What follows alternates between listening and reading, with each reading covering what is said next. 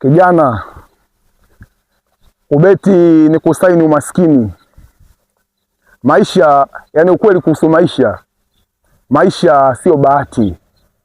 Maisha sio hisia, maisha ni uhalisia. Yani uwezi wewe kuniambia kwamba kwa shilingi 500 ukatengeneza milioni 100, au kwa shilingi 1000 ukatengeneza bilioni 1. Au ni mawazo ya kizembe naweza kusema, au ni mawazo tunasema ya hisia, sio uhalisia. Unajua maisha ni uhalisia. Na moja ya ukweli kuhusu maisha ni mchakato. Yani moja ya ukweli kuhusu maisha ni mchakato. Yani maisha ni process, mafanikio ni process, mchakato. Lazima uanze hatua fulani ufike hatua fulani. Usiniambie wewe kwamba leo hii wewe eti kwa shilingi 1000 ukatengeneza milioni 50. Au ni mawazo ya kivivu.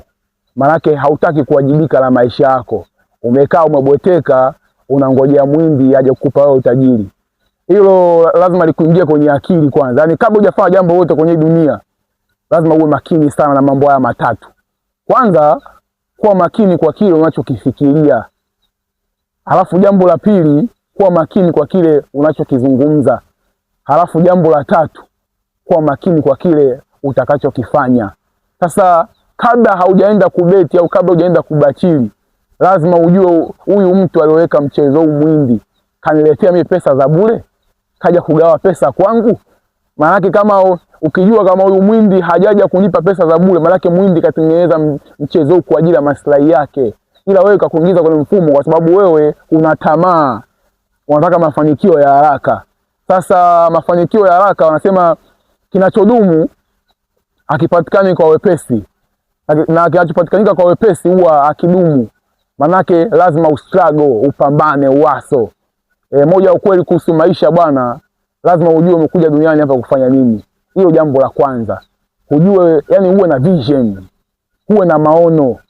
Lazima hilo kitu kiwe katika akili yako. Lakini leo hii tu kwamba eti mimi na beti, nasubiria siku moja mwindi hatabadilisha hatima yangu, utapotea sana blaza.